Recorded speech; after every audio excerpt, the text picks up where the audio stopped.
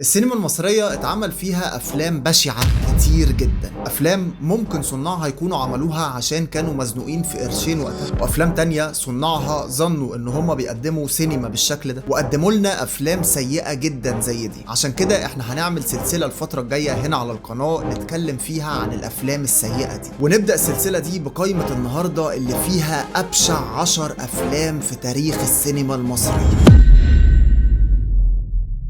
واول فيلم معانا النهارده هو فيلم الفرقه 16 اجرام. الفيلم من بطوله عصام كاريكا وريكو. عمك ومات، مش لاقيين حته تقوينا، قول لنا هنروح فين دلوقتي؟ مفيش غيره. هو مين؟ حسين ابن خالي، عنده نادي كبير ويقدر يشوف لنا شغلانه. يا عم لا شغلانه ولا مغلانه، انت تتكل على الله وتسيبني لوحدي كده، لقيتها اتحلت ترجع تلاقيني قاعد هنا. اتفضل. انت شايف كده؟ انا شايف كده. عصام كاريكا لحن اغاني حلوه قوي في الافلام المصريه لسه معلقه معانا لحد دلوقتي. يعني مثلا مش هنقدر ننسى الاغاني بتاعته اللي لحنها في فيلم يا انا يا خالتي، انا ولا فانكي والمعجبات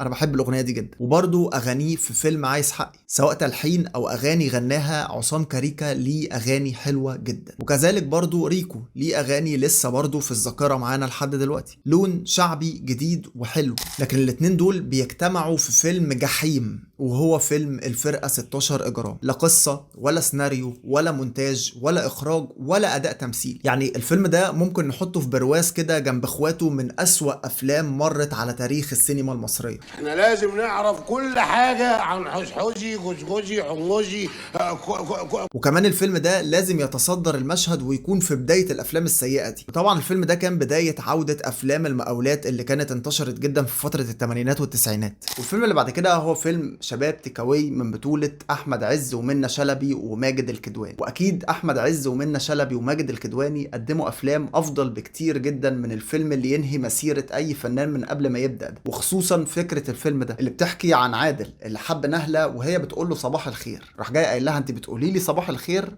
راحوا جايين عاملين علاقه غير شرعيه مع بعض، ونهله طلعت حامل من العلاقه دي. وعادل بقى قال لها ده مش ابني واضربي دماغك في الحيط. انا حامل يا عادل. حامل؟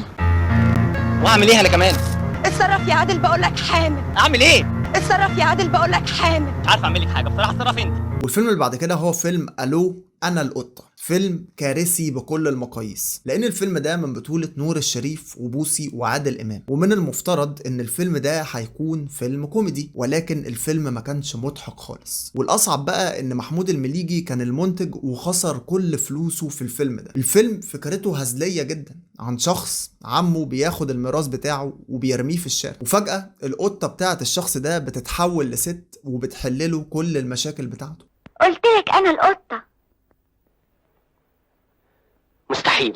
مستحيل ليه؟ عندك فكرة عن اسرار الدنيا اللي انت فيها؟ لا. ما سمعتش ابدا حكايات عن قطط زي حكايتي دي؟ سمعت لكن ما شفتش. فكرة القوى الخارقة اللي جاية من الجن اتنفذت كتير في السينما وكانت ظريفة جدا، لكن في الفيلم ده كانت تجربة سيئة أوي. والفيلم اللي بعد كده معانا هو فيلم عودة مدرسة المشاغبين. بعد نجاح محمد هنيدي في أول بطولة مطلقة ليه في السينما بفيلم الصعيدي في الجامعة الأمريكية، المنتجين اتحمسوا إن هم يطلعوا موجة من الشباب، والدور المرة دي كان على علاء مرسي. وبالفعل علاء مرسي عمل بطولة الفيلم ده هو ومجموعة من الممثلين الجداد ساعتها. ربع جنيه السلم وربع جنيه النطه، يبقى 3 جنيه ونص. هات. نص ليه؟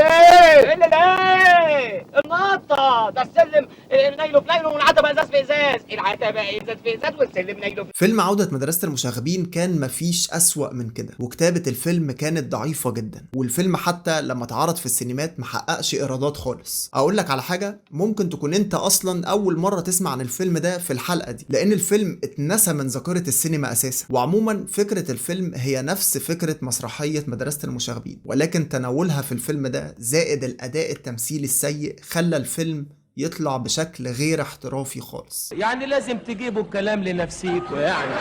بصراحة فيلم ما تمنهوش لألد أعدائي. يعني لو عايزين تبقوا تتفرجوا على الفيلم من باب جلد الذات والعقاب اتفرجوا عليه عادي. والفيلم اللي بعد كده هو فيلم شيطان الصحراء. الفيلم اللي من بطولة عمر الشريف ومريم فخر الدين ومن إخراج يوسف شاهين. فيلم المفروض يكون كويس بقى لأنه من بطولة عمر الشريف ومن إخراج يوسف شاهين، مخرج وممثل مهمين جدا في الوقت ده، ولكن الفيلم كان سيء جدا. وعمر الشريف ومريم فخر الدين قالوا ان هم ندمانين انهم عملوا الفيلم ده. عرضوا عليا فيلم تاني طلع زبالة الزبالة، محدش شافه خالص وما بيتعرضش ابدا. فيلم ايه؟ عشان وحش قوي، وحش قوي. فيلم ايه؟ ما عندكيش فكرة.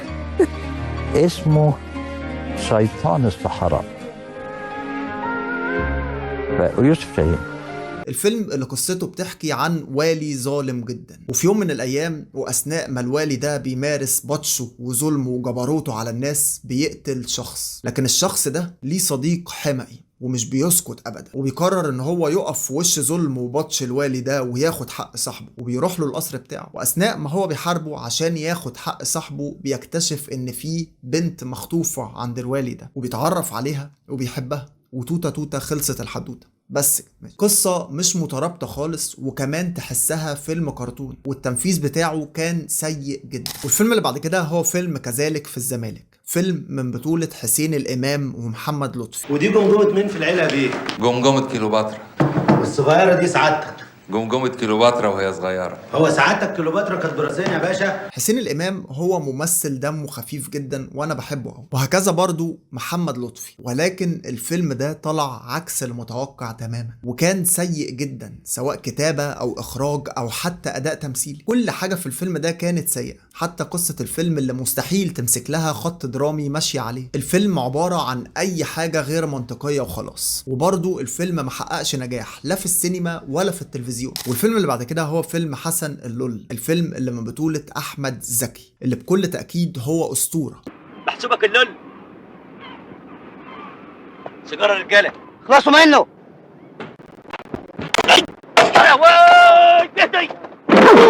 ولكن الفيلم ده بيعتبر من أقل أفلام أحمد زكي، فيلم ما يتقارنش بالهروب ولا حتى في فيلم كابوريا. الفيلم بيحكي عن حسن اللي شغال في التهريب، وكل حاجة في الفيلم بتهيأله إن هو يقابل شيرين رضا عشان يقف متنح قدامها وينبهر بجمالها ويقع في حبها، وبس كده. ايه ده؟ فيلم سيء جدا لاحمد زكي. والفيلم اللي بعد كده هو فيلم بيتزا بيتزا من بطولة اشرف عبد الباقي وعلاء ولي الدين، فيلم سيء جدا، واعتقد ان هو مفهوش فكرة اساسا، وحتى لما اتعرض في السينمات محققش نجاح. لكن بعد كده سواء اشرف عبد الباقي او علاء ولي الدين عملوا افلام كويسة جدا في بداية الالفية، افلام فعلا غيرت شكل السينما في الوقت ده. فيلم هي والعملاق، الفيلم من بطولة الشحات مبروك اللي برضو عمل شوية أفلام مقاولات رديئة جدا، وكمان بيشارك في بطولة الفيلم ده سعيد صالح، اللي بالرغم من إن هو قدم أفلام حلوة جدا للسينما وقدم مسرحيات عايشة معانا لحد دلوقتي، ولكن برضو كان محصور في حتة أفلام المقاولات دي. ممكن نوعية أفلام المقاولات اللي قدمها الشحات مبروك نجحت شوية في السينما، بس الأكيد إن النجاح بتاع الأفلام دي هو نجاح لحظي، لأن الناس مش فاكرة الأفلام دي دلوقتي، وحتى لو افتكروا الأفلام دي بيفتكروها بس عشان يتريقوا عليها ويسخروا منها. والفيلم الأخير معانا في قائمة النهاردة، وهو مش آخر فيلم في سلسلة الأفلام السيئة اللي اتقدمت في تاريخ السينما المصرية، وهو فيلم عش البلبل، فيلم لا يقل سوءا عن الأفلام اللي احنا قلنا عليها قبل كده، وبرضو الفيلم ما فيهوش لا قصة ولا تمثيل. الفيلم عبارة عن شوية رقص وأغاني محطوطين في فيلم كده ملهمش أي علاقة ببعض ولا ليهم أي 30 لازمة أساسا. ثقة في الله كسبك يا. مين حضرتك؟ انا عبده موتة يا. وانا صاحب قلب الاسد يا. وحتى نجاح الفيلم ده في السينما كان نجاح معقول، ولكن كريم محمود عبد العزيز بعد كده قدم أفلام ومسلسلات كويسة عن فيلم عش البلبل، ودي في فترة من الفترات كانت موجة كده من الأفلام اللي بتتقدم من النوعية دي، واللي كان بيميزها حاجة واحدة بس، وهي الهبوط. كده نكون اتكلمنا النهاردة عن أبشع 10 أفلام في تاريخ السينما المصرية، ولسه ما زالت السلسلة فيها أفلام تانية كتير جدا ممكن تكون انت أول مرة تسمع عليها، ولكن بالفعل الأفلام دي اتعملت في السينما المصرية. اكتب لنا في الكومنتات بقى تحت وقول لنا كم فيلم من اللي اتكلمنا عنهم النهاردة دول انت اتفرجت عليهم. بشوفكم على خير في الحلقة الجاية، وسلام.